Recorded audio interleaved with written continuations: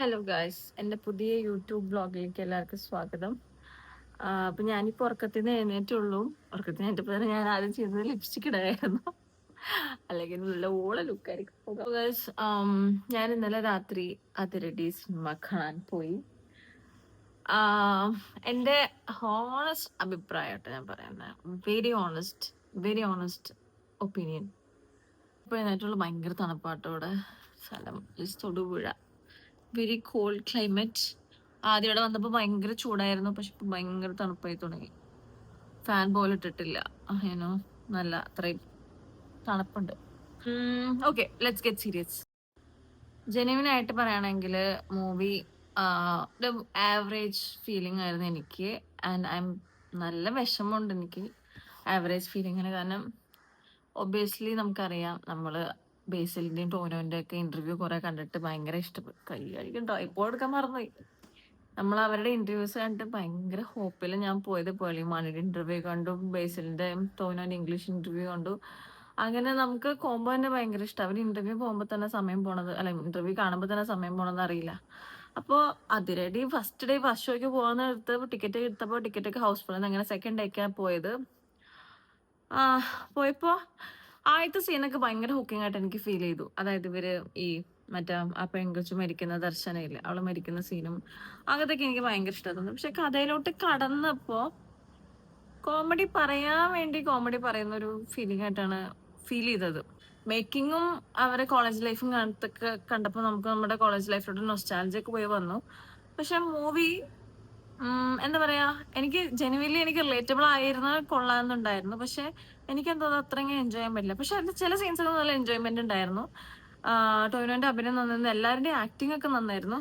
പക്ഷെ ഡെലിവറിയുടെ കാര്യത്തിൽ ഡയലോഗ് ഡെലിവറി അല്ല, ഇവർ പറയുന്ന ഡയലോഗ്സും പിന്നെ ഒരു പ്ലോട്ടും എനിക്കെന്തോ അത്ര കൺവിൻസ് ചെയ്യാൻ തോന്നിയില്ല. ഞാൻ ഇങ്ങനെ എന്താ പറയാ, നമ്മള് വിഷമത്തോടു കൂടി പറയുന്നതാട്ടോ ഇത്. തിയേറ്ററിൽ ഒരു 5 ചെക്കന്മാർ ബാക്കിൽ ഇരിപ്പുണ്ടായിരുന്നു. അവന്മാരെ കിടന്ന് ചിരിക്കണം കക്ക കക്കാന്ന്. അപ്പൊ ഞാനിങ്ങനെ ചോദിച്ചാൽ ആ ലെവലിൽ പടം എൻജോയ് ചെയ്യാൻ പറ്റുന്നെങ്കിൽ നന്നായിരുന്നു. അവന്മാർക്ക് ഭയങ്കര കണക്ട് ആയി. പക്ഷെ ഞങ്ങൾക്ക് അങ്ങനെ കണക്ട് ആയോന്ന് വെച്ചാൽ കുറച്ചൊക്കെ ആയി. പക്ഷെ മൊത്തത്തിൽ അങ്ങോട്ട് ഒരു എന്താ പറയാ, ബേസിന്റെ ഒക്കെ ഒരു മൂവി കണ്ട് തിയേറ്ററിൽ നിന്ന് ഇറങ്ങുന്ന ഒരു തൃപ്തിയോടെയാണ് ഇറങ്ങുന്നത് വെച്ചാൽ അല്ല.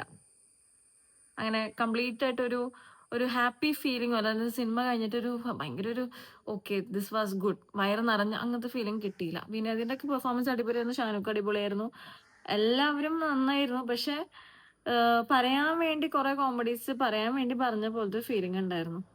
അപ്പോൾ നമുക്ക് അത്രയ്ക്ക് അങ്ങോട്ട് എൻജോയ് ചെയ്യാൻ പറ്റിയില്ല. പടം വൺ ടൈം വാച്ചബിൾ ആണ്. അത്ര ബോറടിച്ച് ചത്തോ അങ്ങനെയൊന്നും ഇല്ല. നമ്മളെ എൻഡിങ്ങിൽ ഇത് എവിടേക്കാ പോണേന്നൊരു നമുക്കൊരു സംഭവം ഉണ്ടാവും, ഇതെന്താണ് ഉണ്ടാവാൻ പോകുന്നതെന്നുള്ളത്. ടോവിക്ക് കിട്ടിയ ക്യാരക്ടർ നല്ല അടിപൊളിയായിട്ട് ചെയ്തു. ബേസിൽ നന്നായിരുന്നു. പക്ഷെ ജോക്സ് ഫോർ ലൈക്ക് പറയാൻ വേണ്ടി ഇങ്ങനെ ജെന്യുവിൻ ഇഷ്ടപ്പെട്ട് കുഴപ്പമൊന്നുമില്ല.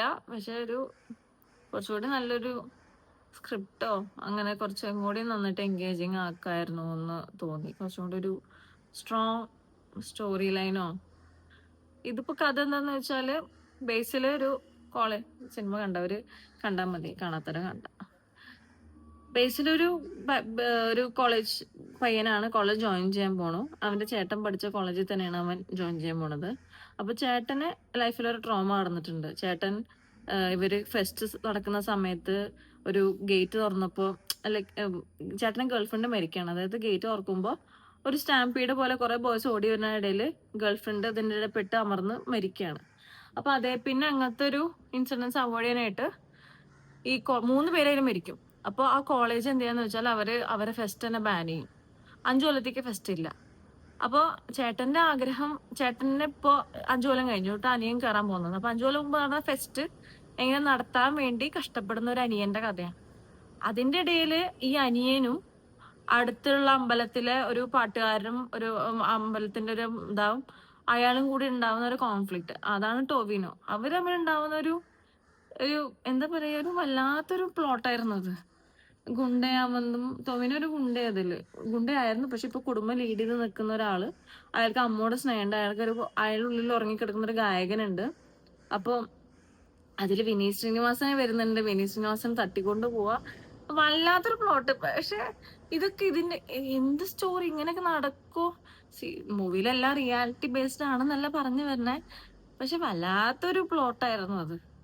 കിട്ടിയ ക്യാരക്ടേഴ്സ് ഒക്കെ ഒരു അടിപൊളിയായിട്ട് ചെയ്തിട്ടുണ്ട്. പക്ഷെ ഒരു സുഖം ഉണ്ടായിരുന്നു, എനിക്ക് ഇഷ്ടപ്പെട്ടില്ല. എനിക്ക് നമ്മുടെ ചില സീൻസ് ഒക്കെ നല്ലതാ, അതൊക്കെ ഭയങ്കര എൻഗേജിങ് ആയിട്ട് ഫീൽ ചെയ്തു. ചിലത് മാത്രം ഇടയ്ക്കൊരു സ്മൈൽ ചെയ്യാനായിട്ടൊരു സാധനം ഇട്ടായിരുന്നു. അതല്ലാണ്ട് ഇപ്പൊ ഞാൻ കമ്പാരിസൺ പറയല്ല, പക്ഷെ ഞാൻ പറയാണ്, വാഴ മൂവിയൊക്കെ കണ്ടപ്പോ, വാഴ ഇഷ്ടപ്പെടാത്തവരുണ്ടാവാം, കുറെ പേരൊക്കെ ഇഷ്ടപ്പെട്ടിട്ടുണ്ട്, മെജോറിറ്റി ഇഷ്ടപ്പെടലാണ്. അതൊക്കെ അതൊക്കെ കണ്ടപ്പോ ലൈക്ക് എല്ലാം കണക്റ്റബിൾ ആയിരുന്നു. ഡയലോഗുകൾ കണക്ട് ആയി, അവരെ ഓരോ ഹ്യൂമറിലും അവരോരോ സംസാരിക്കുമ്പോൾ ഹ്യൂമർ നമുക്ക് കണക്ട് ആയിരുന്നു. പക്ഷെ ഈ സിനിമയുടെ ഇവരുടെ ഹ്യൂമറിന്റെ പ്രോബ്ലം അല്ല, ആ സ്റ്റോറിക്ക് ആപ്റ്റ് ആയിട്ടുള്ള ആ ഒരു പ്ലോട്ട് തന്നെ വീക്കാ. അതിന് പറ്റിയ ഒരു കോമഡി അല്ല അവര് പറഞ്ഞിരിക്കുന്നത്, അങ്ങനെ തോന്നി. അപ്പോ ലൈക്ക് അത്രയ്ക്ക് അങ്ങോട്ട് എൻജോയ് ചെയ്യാൻ പറ്റിയില്ല. മൂവി കഴിഞ്ഞപ്പോ ഒരു എംപ്റ്റി ഫീലിംഗ് ആയിരുന്നു ഉണ്ട്. മാത്രമല്ല സെങ്കിനെ പറ്റി കൂടുതൽ എങ്ങനെയാണ് ഇതിനെക്കുറിച്ച് എക്സ്പ്ലെയിൻ ചെയ്യുന്നത് എനിക്കറിയില്ല. ഇതൊക്കെ തന്നെ ഉള്ളൂ. പക്ഷെ വൺ ടൈം വാച്ചബിൾ ആണ്, ജസ്റ്റ് ഒന്ന് കണ്ടു നോക്കൂ. റിലേറ്റ് ചെയ്യാൻ പറ്റിയവരുടെ ഭാഗ്യം, അല്ലാതെ എന്നെ പോലുള്ളവർക്ക് ഭാഗ്യവും ഇല്ല എന്ന് എനിക്ക് പറയാം. അപ്പൊ ഗൈസ്, വേറെ മൂവിയുടെ റിവ്യൂ ആയിട്ട് വീണ്ടും വരുന്നതായിരിക്കും. ബൈ.